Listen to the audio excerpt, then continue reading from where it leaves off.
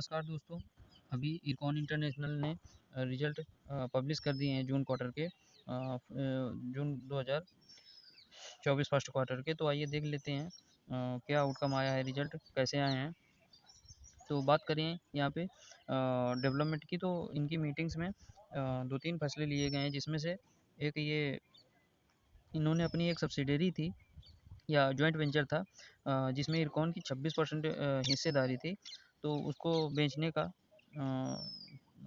फैसला लिया गया है। और वहीं दूसरी बात करें तो इन्होंने अपना एक ऑडिटर जो है वो नया नियुक्त किया है, अपॉइंट किया है, तो बंदोपाध्याय भौमिक एंड कंपनी नाम से। तो यहाँ पे एक ये डेवलपमेंट हुआ है। और बात करें तो रीअपॉइंटमेंट हुआ है यहाँ पे, इनके जो सेक्रेटरियल ऑडिटर थे उनका रीअपॉइंटमेंट हुआ है, मिस्टर वीपे एंड एसोसिएट इनकी कंपनी थी। आइए अब आगे इनके फाइनेंशियल रिजल्ट के फिगर्स के बारे में देख लेते हैं। तो इन्होंने दोनों रिजल्ट दिए हैं स्टैंड अलोन बेसिस पर और इनका कंसोलिडेटेड बेसिस पर। तो आइए देख लेते हैं। इनकम की बात करें, अगर इनकम की बात करें तो करंट क्वार्टर में 2200, हाँ, और ये सारे फिगर रुपीज़ इन करोड़ में हैं। तो अगर इनकम की बात करें तो इस क्वार्टर में इनकम 2277 करोड़ निकल कर आई है। और वहीं अगर पिछले साल इसी क्वार्टर की बात करें तो 2693 करोड़ थी।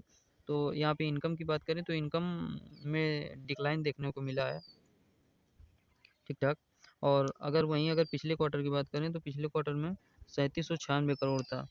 तो पिछले क्वार्टर से काफ़ी डिप होकर आया है, करीबन 1000 करोड़ के समथिंग का डिप है।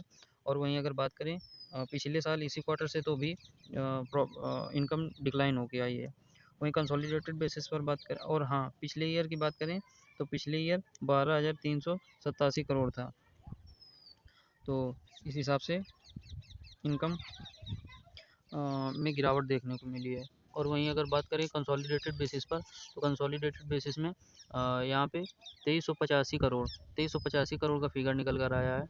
और वहीं इसी क्वार्टर की बात करें लास्ट ईयर, तो 2828 करोड़ था। और वहीं अगर बात करें पिछले क्वार्टर में, तो पिछले क्वार्टर में 3894 करोड़ था। तो पिछले क्वार्टर और इसी सेम क्वार्टर पिछले लास्ट ईयर के दोनों पैरामीटर्स पर इस बार जो इनकम है इनकी डिक्लाइन होकर आई है। वहीं अगर एक्सपेंस की बात करें तो एक्सपेंस की